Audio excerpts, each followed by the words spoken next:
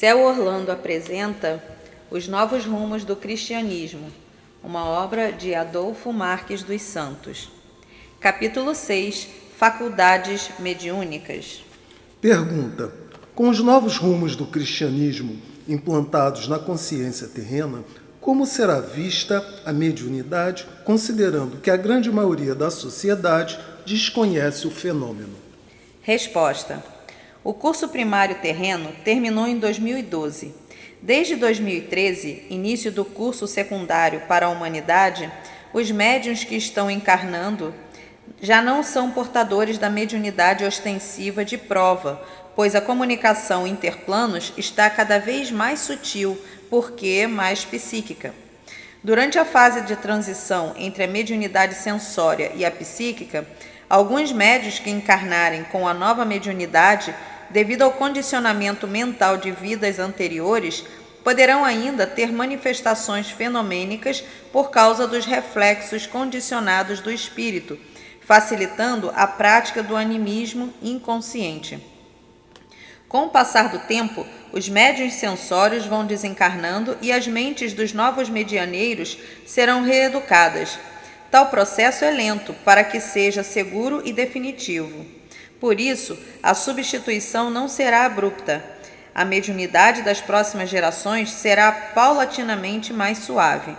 A sociedade conscientizada de que a mediunidade psíquica é fenômeno natural em função da evolução do espírito, dedicar-se-á a estudar o fenômeno sem as fobias causadas pelo que era considerado sobrenatural. Pergunta: com a mediunidade psíquica, haverá necessidade do chamado desenvolvimento mediúnico? Resposta: milhões de espíritos que, através dos séculos e milênios, encarnaram nos 4 pilares da sociedade, comprometidos ou compromissados com a mediunidade, não se dedicaram nem se dedicam a essa causa crística por falta de esclarecimento. Eles rejeitaram e continuam rejeitando os compromissos que assumiram quando ainda estavam nos planos espirituais. Entre outras causas da rejeição, as manifestações excêntricas contribuem significativamente. Na era do mentalismo, vamos continuar com a educação mediúnica com o objetivo de educar a mente para fazer a conexão com os espíritos superiores dos planos luminosos. Evidentemente, com os espíritos do baixo astral exilados para o planeta higienizador, as comunicações serão sutilizadas e, consequentemente, mais motivadoras para se desenvolver as aptidões mediúnicas. Naturalmente, as ligações interplano ocorrerão entre espíritos mais conscientes, os quais não precisam de encenações corpóreas que desarmonizem o médium nem chamem a atenção da plateia. Tais espíritos comunicantes deter-se-ão no teor de sua mensagem.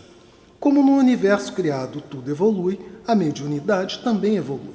Assim, paulatinamente, a comunicação entre encarnados e desencarnados tornar-se-á tão natural quanto o nascer e o pôr do sol.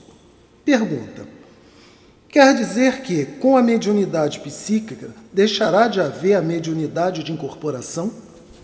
Resposta: estamos comentando sobre o que vai acontecer com o passar do tempo.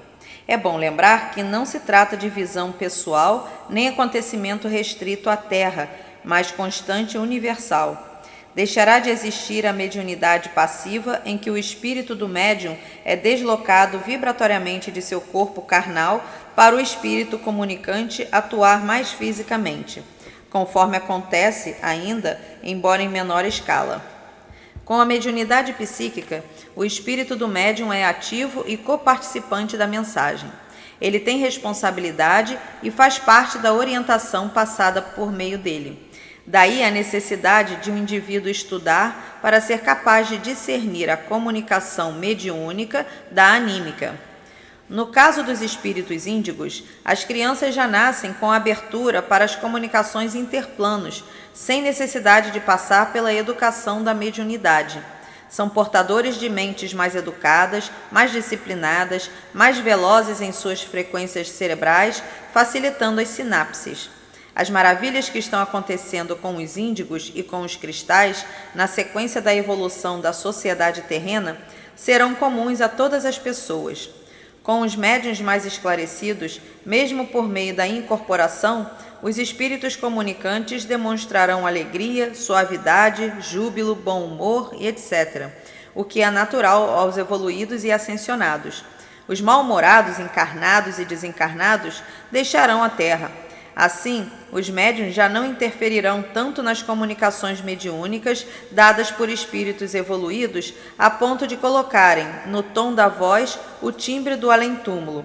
Aquele sem vida, sem magnetismo, sem a alegria que leve os encarnados a compreenderem que quanto mais se evolui, mais alegre se torna e mais motivador é o tom da voz. Os medianeiros serão mais lúcidos quanto ao mecanismo da fenomenologia mediúnica e, então, deixarão de ser médiuns inconscientes incorporando espíritos sem conhecer sua procedência e passarão a ser médiuns conscientes incorporados aos espíritos de acordo com o esforço pessoal de evangelizar-se, além da capacidade de elevar a frequência mental.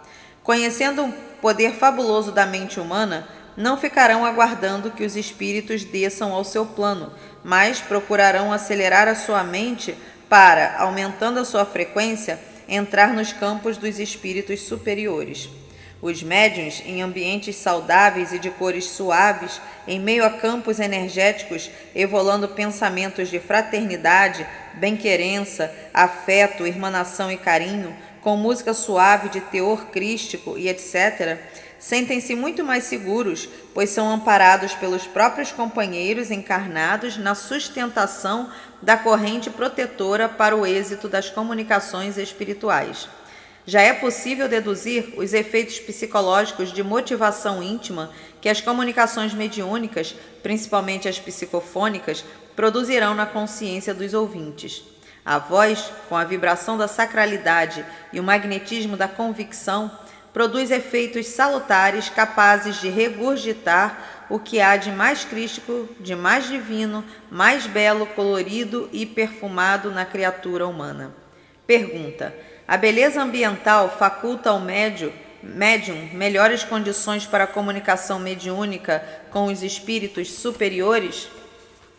Resposta: evidentemente. Somando a beleza moral do medianeiro à beleza ambiental, a resultante será a elevação de frequência da mente de todos os participantes, principalmente a do médium, que terá melhores condições para penetrar em campos energéticos mais luminosos. Aliás, desde a gênese do espírito em sua condição monádica, ele é portador da vontade de descobrir o belo. E o que é mais magnífico, ele, ao descobrir que a beleza está intrínseca a si mesmo, desarma-se e é naturalmente atraído pela beleza externa. Ele sofre o divino tropismo motivador, pois é a constante universal todos os espíritos buscarem e se emocionarem com a beleza motivadora da ascese. Sendo da natureza humana, pois está inserido na alma desde a sua gênese, evoluir para trazer ao consciente os atributos divinos latentes em seu âmago.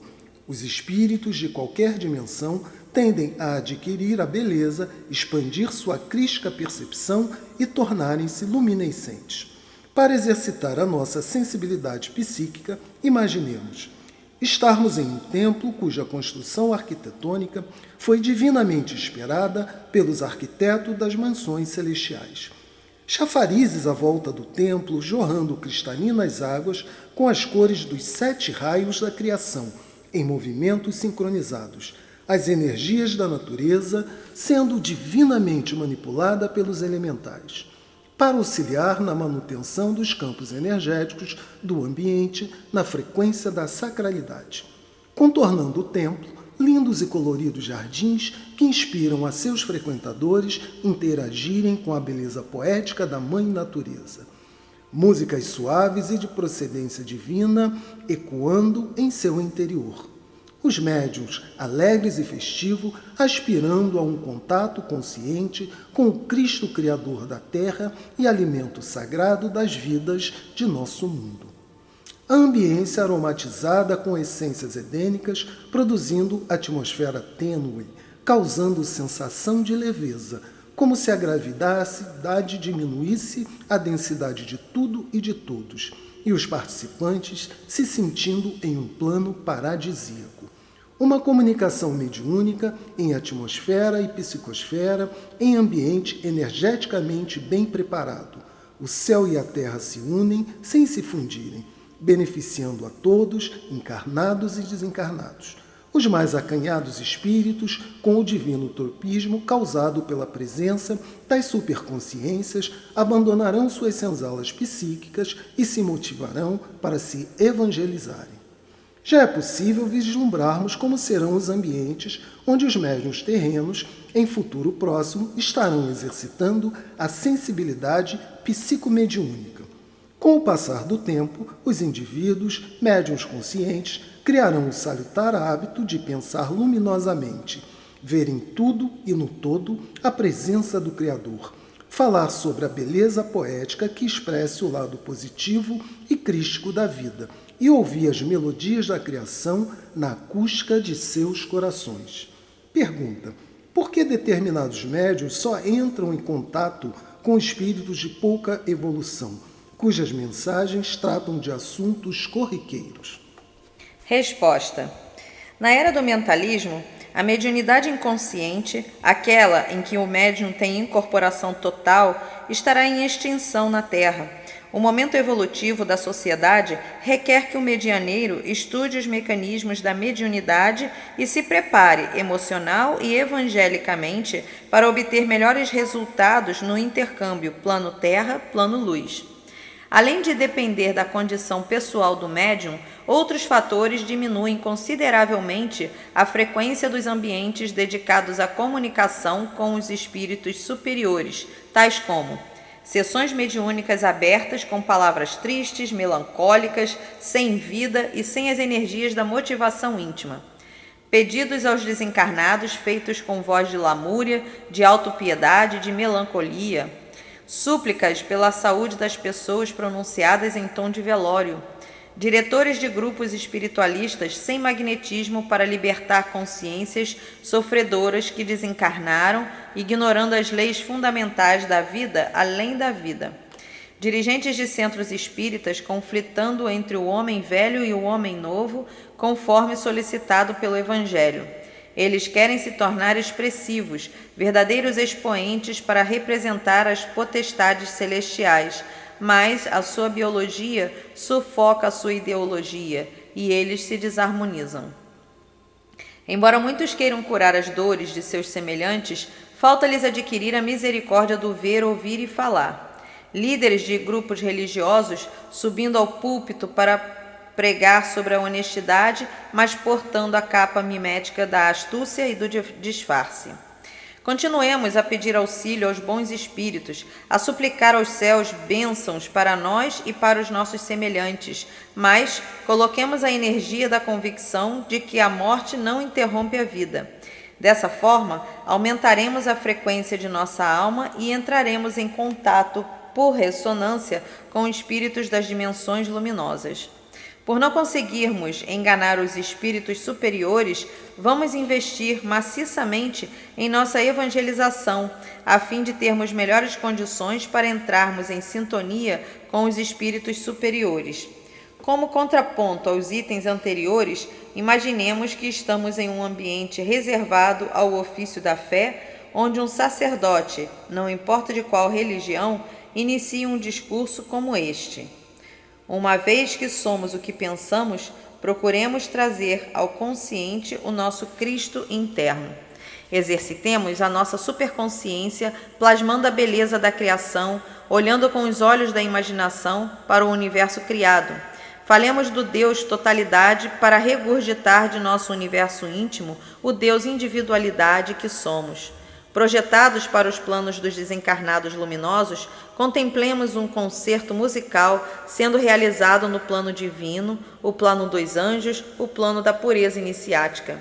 Desenhemos em nossa tela mental uma orquestra formada pelos anjos representantes dos 7 raios da criação. Ouçamos as suaves e melodiosas vozes femininas nas devis. No fundo do salão, contornando a orquestra, finíssima decoração de beleza edênica. a crística ambiência exalando perfume de procedência lirial. À frente da orquestra, o Mestre Jesus segurando e movimentando uma batuta de cor dourada, inicia o concerto. Todos empenhados em fazer a conexão Cristo-criaturas ao Cristo Criador. Sentindo as ondas das notas musicais evolando no angelical ambiente e se expandindo pelo planeta, toda a Terra embebida em uma esfera de energias com tal sacralidade. O maestro dessa sagrada orquestra, ligado diretamente ao Cristo, Senhor nosso e Irmão Maior, fazendo a ponte entre a terra e o céu. Imaginemos os botões das roseiras em torno do nosso templo se abrindo para exalar mais perfume à medida que os raios do sol os beijam com suavidade. Olhemos para os agradáveis semblantes das pessoas ao serem banhadas pelos raios de luzes do Cristo Criador. A sagrada ambiência iluminada pela profusão de luzes dos Cristos criaturas. A energia luz que brota de seus festivos corações. Agora sim, o ambiente e as mentes dos encarnados encontram-se preparados para entrar mediunicamente em colóquio consciente com a divindade. Independentemente dos rótulos das religiões, todos somos portadores de faculdades mediúnicas, sendo que existem pessoas com maior ou menor abertura para as comunicações interplanos. Por ser aquisição meritória, o espírito leva para o outro lado da vida a sua mediunidade psíquica. Portanto, o dom sagrado de comunicar-se com consciências desencarnadas não morre junto com um corpo biológico. Assim, os espíritos continuam desenvolvendo as suas potencialidades mediúnicas, estando no plano material ou fluídico, pois a vida continua e tanto a evolução espiritual quanto a mediunidade, por serem eternas, não têm ponto final. Para que a alma humana aumente a sua frequência e, consequentemente, a sensibilidade para captar dos planos sutis as inspirações das divinas consciências, é necessário abdicar dos vícios materiais e mentais, não poluir a tela mental com paisagens desprovidas da policrômica beleza, vislumbrar a eternidade para não ficar tombado por sentimento de culpa, evitar permanecer angustiado, magoado ou ressentido por longo tempo, enfim, evangelizar-se, pois o sublime anjo Jesus de Nazaré, do alto da cruz, disse: Pai, perdoai-lhes, porque eles não sabem o que fazem.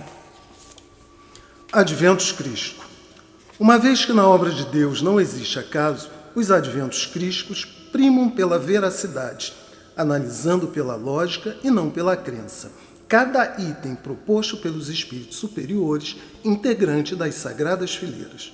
Os adventos crísticos não são um evento aleatório acontecendo atualmente, mas a consolidação de um planejamento sideral voltado para a Terra.